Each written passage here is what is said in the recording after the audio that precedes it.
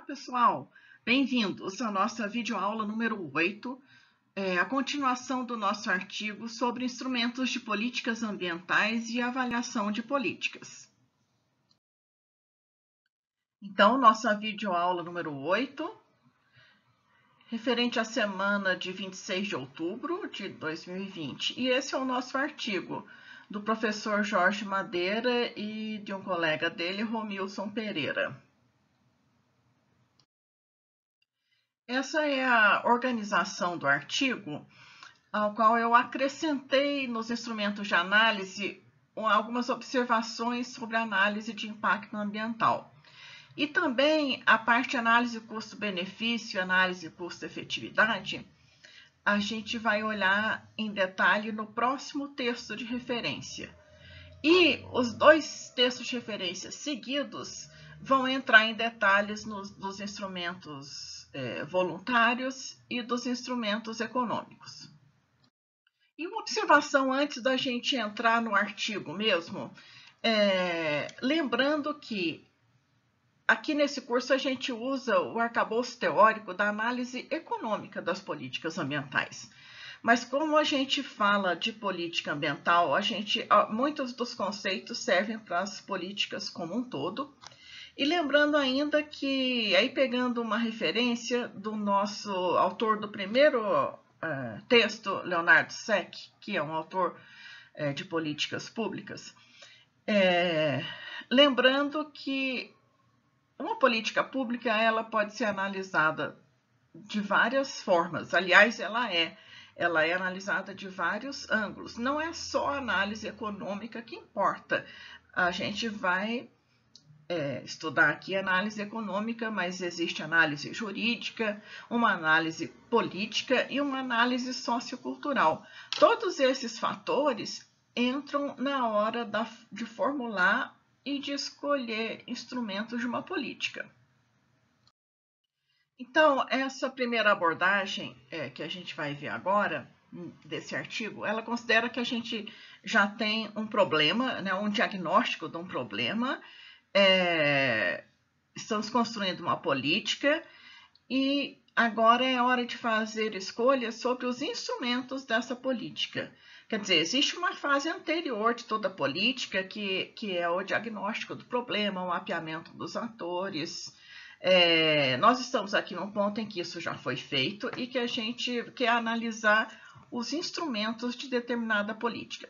Esse artigo já fez uma compilação de critérios propostos por 3 autores diferentes.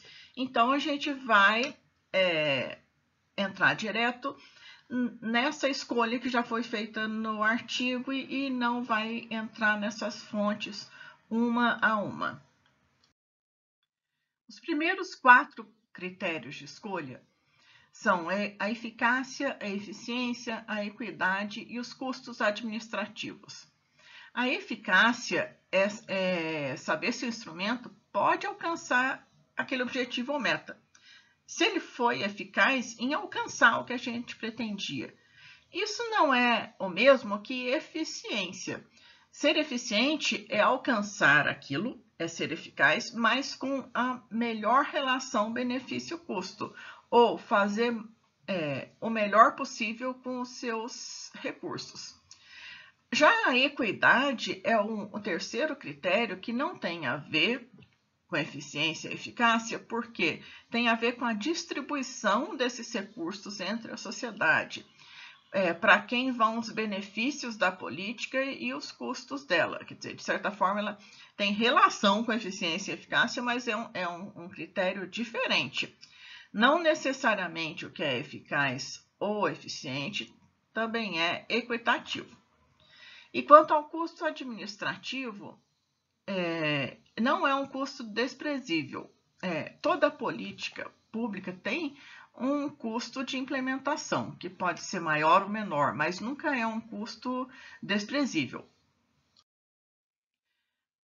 Os próximos 4 critérios são a motivação, a aceitação política, interferência mínima nas decisões privadas e confiabilidade. A motivação é o quanto o instrumento pode estimular uma melhoria ou até que se ultrapasse o cumprimento da meta e estimular a inovação também, inclusive inovação tecnológica. A aceitação política, na verdade, é como o instrumento é aceito na sociedade e que tem a ver com a cultura também e os costumes de uma sociedade. A interferência mínima nas decisões privadas, porque sempre há interferência em decisão privada quando você adota uma política pública, mas o ideal é que ela seja a menor interferência possível. Se você desenha uma política que vai interferir demais na forma como os agentes agem da forma privada, você já está desenhando uma política com um risco de não ser seguida ou implementada. E a confiabilidade quer dizer o quanto o sistema ou as ações implementadas nessa política são confiáveis com o passar do tempo, o quanto ela perdura. Se o instrumento pode ser objeto de desvio ou de interrupções, isso é muito importante também ao enxergar a política no longo prazo. Resgatando, então, da nossa aula 4 sobre os conceitos da economia, o que nós definimos como eficiência econômica? Se a disposição marginal a pagar for maior que os custos de oportunidade de produção, então uma produção extra é desejável do ponto de vista da sociedade. Caso contrário, não. Ou seja, quando a gente atinge um nível de eficiência econômica, essas coisas estão em equilíbrio. Ou seja, no ponto de equilíbrio de preço e quantidade de uma produção, a disposição a pagar está em equilíbrio com os custos de produção. E isso a gente partindo do princípio de que esses custos de produção internalizaram todas as externalidades e estão também no nível socialmente eficiente. E, mais uma vez, reforçando aquele ponto da diferença entre eficiência e equidade, porque isso é muito importante na análise econômica. A análise econômica, a princípio, não faz distinção entre os agentes. Então, uma solução eficiente pode não ser necessariamente equitativa. E por que mesmo? Por exemplo, a gente viu que as funções custo, elas têm formas diferentes nos diversos agentes ou entre os diversos produtores. A tecnologia influencia muito a forma dessa função custo. Então, as fábricas têm formas diferentes e outros fatores também, capital e trabalho, não só a tecnologia, influenciam a formação de custos dos diferentes agentes. O avanço tecnológico também pode deslocar as curvas de custo marginal. E relembrando o exemplo que nós tivemos para ilustrar esse princípio. Por exemplo, uma empresa A, essa com a curva em vermelho, para produzir 50 unidades de um bem, ela tem um custo marginal de R$12. A empresa B, para os mesmos 50 unidades, ela produz a um custo mais baixo, ela tem uma outra tecnologia, a curva dela é diferente, ela produz a R$8.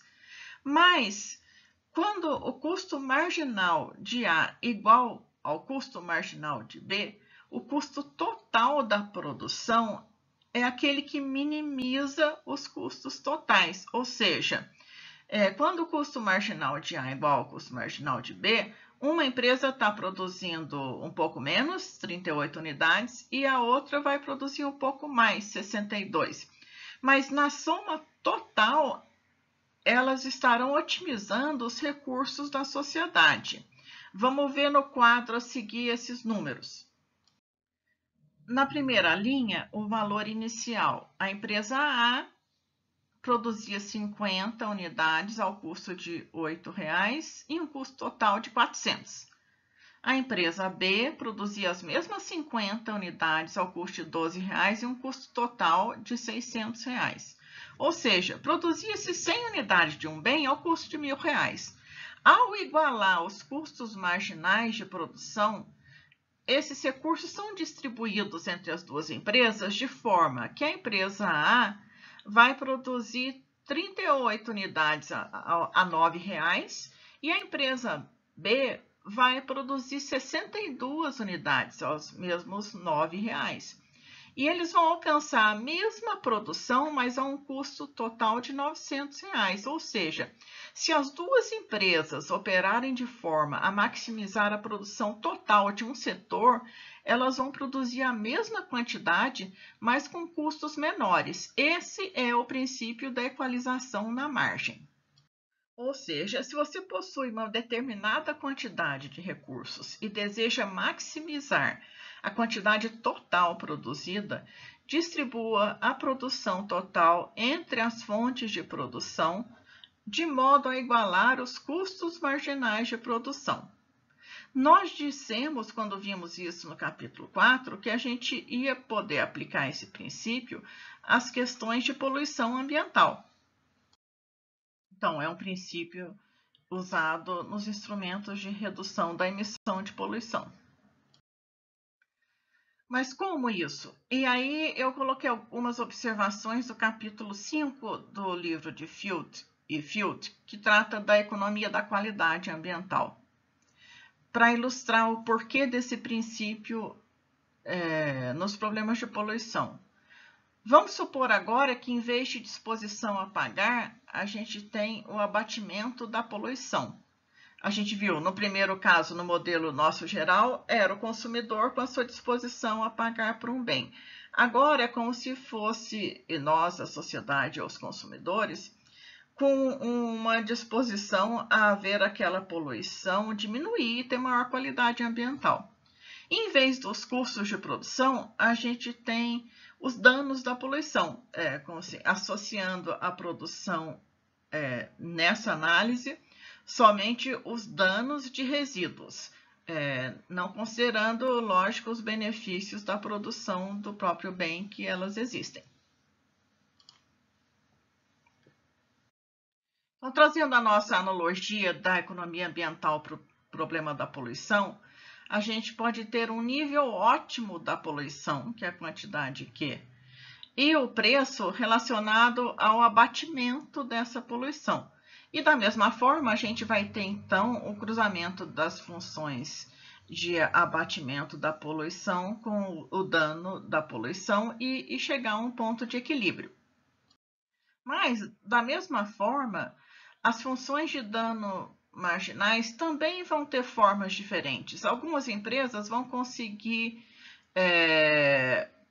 abater os seus danos com mais facilidade ou com menos facilidade.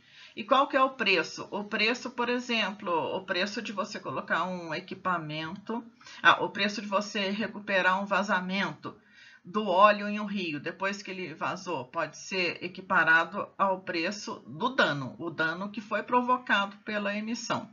Essa análise que nos dá as funções de danos marginais. Isso é feito para cada poluente tem um comportamento e um preço. Então, os custos de abatimento também vão ter formatos diferentes. Para algumas empresas vai ser mais fácil ou mais difícil adequar a sua produção a níveis ótimos de poluição, por causa da sua estrutura de custos. Então, o que esse exemplo quer mostrar? Por exemplo, a gente considerando que, em vez da quantidade produzida fosse de bens, a quantidade produzida fosse de nível de emissão dos resíduos para a produção daquele bem. Se as duas empresas atuassem na margem, a gente teria a mesma quantidade produzida de emissão, mas a um custo total mais baixo, e uma empresa que tem tecnologia mais eficiente poderia produzir mais. Ou seja, isso quer dizer que o padrão afeta de forma diferente os diferentes atores e não otimiza o uso dos recursos como um todo. Essa é a mensagem em relação ao padrão. Ou seja, isso é para ilustrar a dificuldade que existe de se adequar a um padrão ou a níveis ótimos de poluição. Mas o fato da gente ilustrar essa dificuldade com padrões não quer dizer que esse princípio pode ser exagerado também na hora de tomar uma decisão sobre política. Por quê? Em geral, se você vai definir níveis eficientes de emissão, vai considerar a função de custo marginal de abatimento a mais baixa possível. E mesmo assim, há sempre a possibilidade de que a redução de emissão de um padrão não seja aquela socialmente eficiente. Por outro lado, é um modelo muito simples e ainda no mundo real é muito difícil você determinar com precisão essa função, tanto de abatimento marginal quanto de dano. Você faz em cima de várias hipóteses, o modelo pode até ser um pouco mais completo, mas existem várias hipóteses.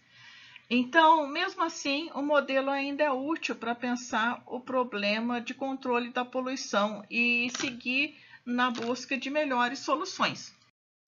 Então, feito esse enorme parênteses e agregado outras informações para explicar o nosso artigo, a gente volta a ele, onde esse artigo apresenta uma coisa muito interessante, um quadro 1, que na verdade é uma matriz de avaliação de 3 tipos de instrumentos pelos 8 critérios que a gente acabou de ver. Lembrando que a gente está trabalhando ainda com o mesmo exemplo, que é de emissão de poluentes. Em relação à eficácia, um padrão ele requer monitoramento das fontes de degradação. Se você não puder monitorar as fábricas que estão emitindo, ele não vai ser eficaz. O instrumento da educação ambiental, por outro lado, ela vai requerer mais tempo do que os padrões para que os agentes mudem o seu comportamento ou estabeleçam outras formas. O imposto ou taxa, ele tem uma alta resposta, principalmente em problemas pontuais da emissão de poluição. Se você passar a taxar a partir desse nível, vai ter uma resposta de diminuição e ela é rápida. Mas, em relação à eficiência, bom, um padrão, por exemplo, à medida em que o volume da emissão aumenta, o padrão de emissão pode não ser suficiente. Como a gente viu, a gente vai ter várias fábricas, algumas vão ter uma tecnologia de forma que elas vão poder emitir no padrão, mas elas, à medida que você vai tendo mais fábricas e mais emissão, esse padrão pode não ser mais eficiente. Em relação à educação ambiental, também a mesma coisa, ele fica menos eficiente quando o volume de produtores aumenta muito. Agora, em relação a imposto ou taxa, é um que dá alta eficiência na resposta. Ao impor imposto ou taxa, você costuma ter uma resposta rápida. Em relação à equidade, um padrão não afeta da mesma forma todos os produtores. A gente acabou de ver isso. Por quê? Por causa das estruturas de custos diferentes. Se você for atuar em cima da educação ambiental, na verdade, é um instrumento que é considerado que tem uma boa resposta em relação à equidade, porque ela aumenta a percepção da sociedade sobre os problemas coletivos, né? Ela tem impacto sobre a cidadania. Mas o maior problema desse instrumento continua sendo que ela precisa de muito tempo para ter a resposta. E em relação à equidade, a instituição de imposto ou taxa atende ao princípio do poluidor-pagador, que é um outro princípio de que quem está fazendo a poluição deve pagar por ele. Entretanto, nada garante que esse pagamento não vai ser repassado também aos consumidores e atinge de forma diferente tanto produtores quanto consumidores, ou seja, não é um bom instrumento do ponto de vista da equidade. Em relação ao custo administrativo, controle direto, ou seja, instituir um padrão, tem um custo elevado porque tem que ter o monitoramento, fiscalização. A educação ambiental geralmente tem custo mais reduzido e impostos ou taxas também têm custos administrativos elevados. Você precisa de todo um órgão fiscalizador e de recolher os impostos, todo um sistema. Em relação à motivação, é o grande crítica dos padrões. O controle direto não estimula a inovação. A educação ambiental, ela oferece motivação, mas também no longo prazo você tem que ter... É difícil ter um instrumento que consiga fazer aquela motivação permanecer somente com a educação ambiental. E os impostos ou taxas é uma grande vantagem desse instrumento sobre os outros, né? Você continua com a indução de minimizar os danos para pagar menos imposto. E fornece um incentivo para você inovar na sua tecnologia e conseguir produzir mais com menos emissão. Em relação à aceitação, um controle direto ou um padrão, ele tem um nível de aceitação variado, varia muito conforme o setor produtivo.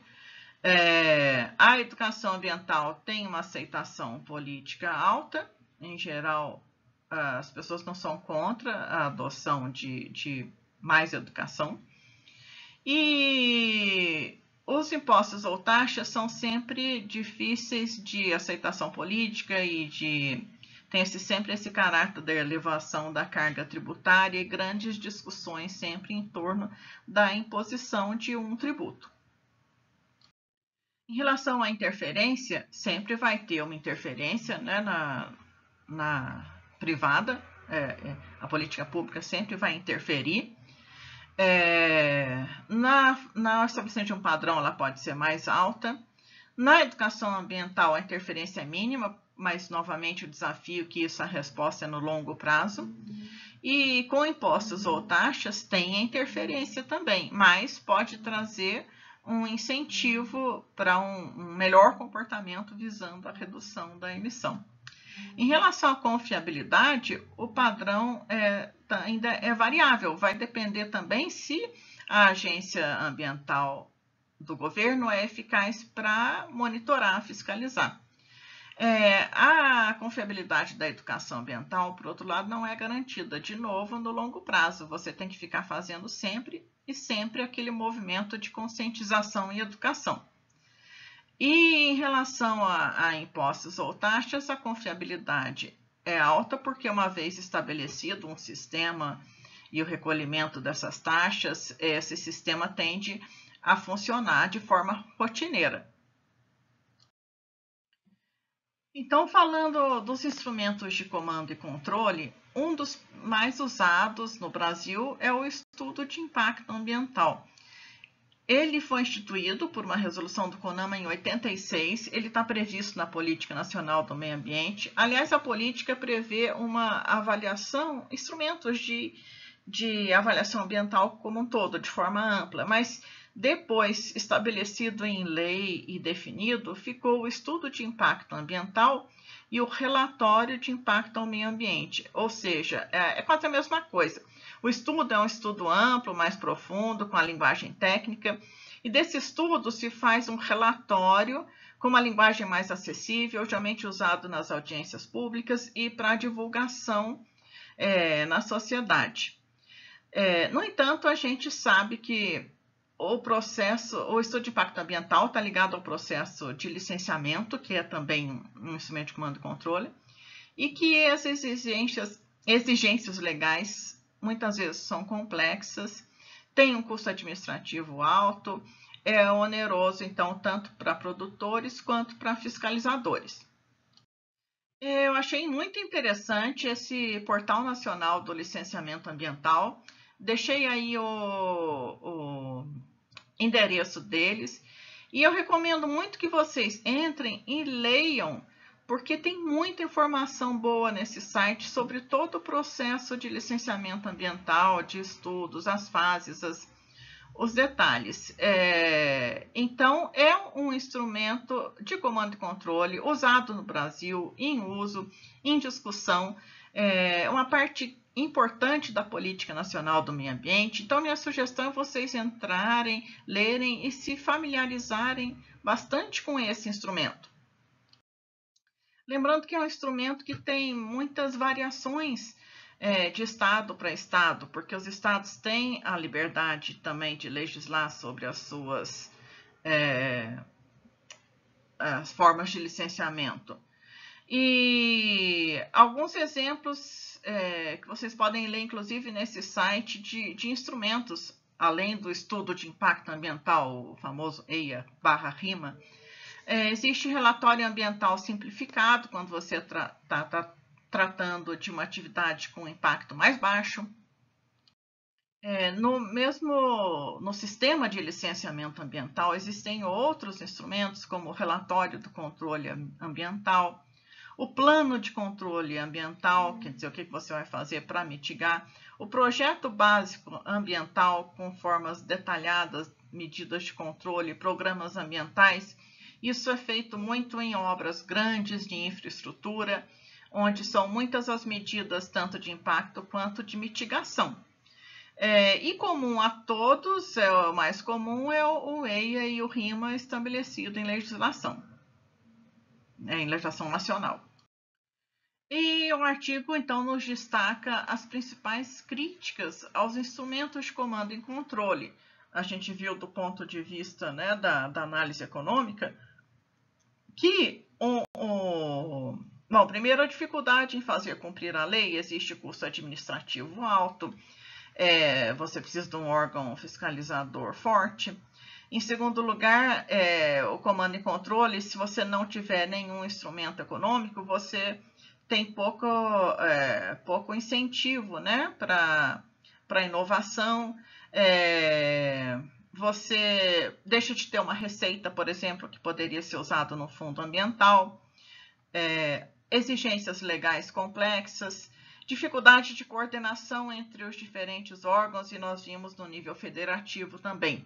Então, essas são as principais críticas que esse artigo nos resume aos instrumentos de comando e controle em geral.